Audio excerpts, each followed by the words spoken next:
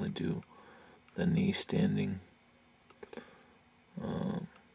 First I get into the crawling position, and then I do a knee standing for a little bit.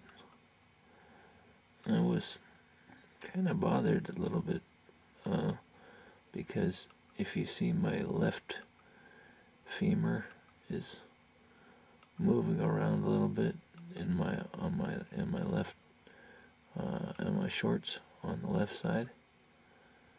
So that made me kind of you see how it's popping out right there? So that's kind of scary. Especially right there, yeah. That's kind of scary. I don't know.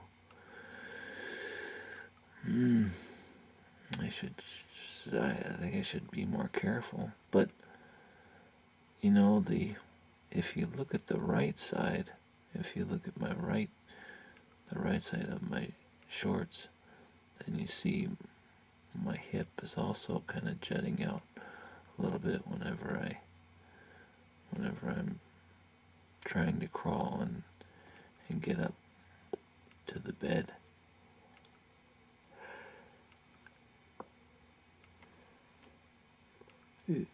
It's just the left side, I guess, that there was some areas where the bone was pushing out quite a bit on my bottom and my shorts. It just looked kind of scary, so I don't know. I want to do the knee standing because my left femur head isn't really attached to my hip, to my pelvic, but my right, my right femur head is attached to my hip.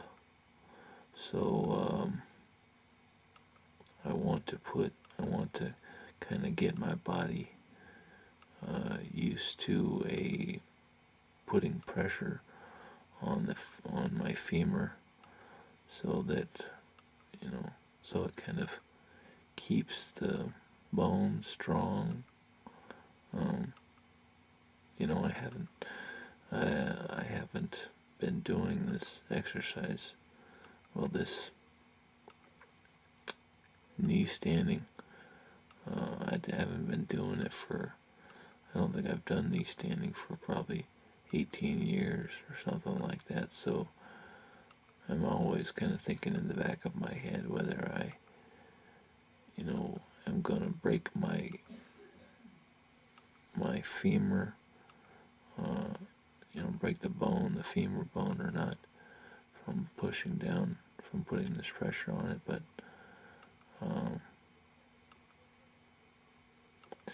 not yet. But I guess the best thing I can do to strengthen that femur bone is to just kind of gradually start to put more pressure on my femur, so that the bone gets used to load bearing, and maybe I will build up the calcium in the left bone hip and left femur bone,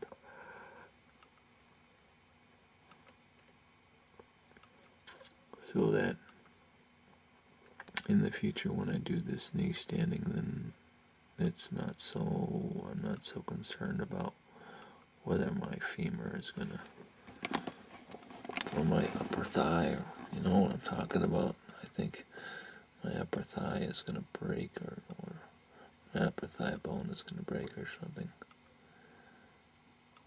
It's kind of difficult to scoot up close to the bed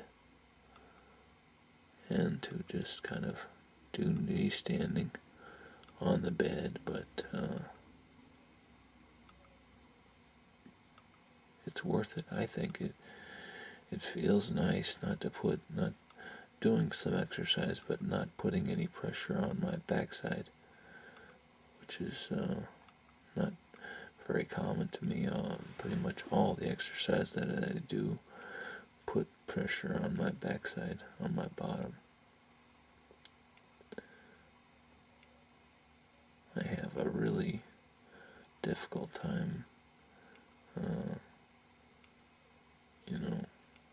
transferring back onto the floor after I'm done with the knee standing for that period of time.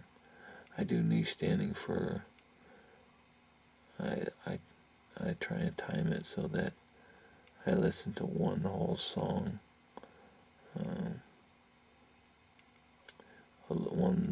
There was a Little River Band was one of the songs, and I listened to the whole song, and then then after the song was over, then I figured, well, I've done enough knee standing on this in this position, so I transferred from the knee standing onto the floor. But what I'm doing here is I'm trying to scoop my body up and get my whole goal. I don't know if you guys can see it or not, probably not, but my whole goal is to put my knees on top of my wheelchair cushion. I took my wheelchair cushion from my wheelchair seat cushion from the wheelchair, and I put it on the ground right there where my knees are. But I want my knees to be sitting on top of the wheelchair cushion, so they have a protection. It's a honeycomb cushion that I have. I think it's a Super Core. I think. I'm not sure, but anyway, that's the best cushion that I've run across, and I've been in a wheelchair about 20 years, so I'm pretty happy with it. Of course, you gotta do weight shifts and stuff like that. No cushion is perfect. I don't think.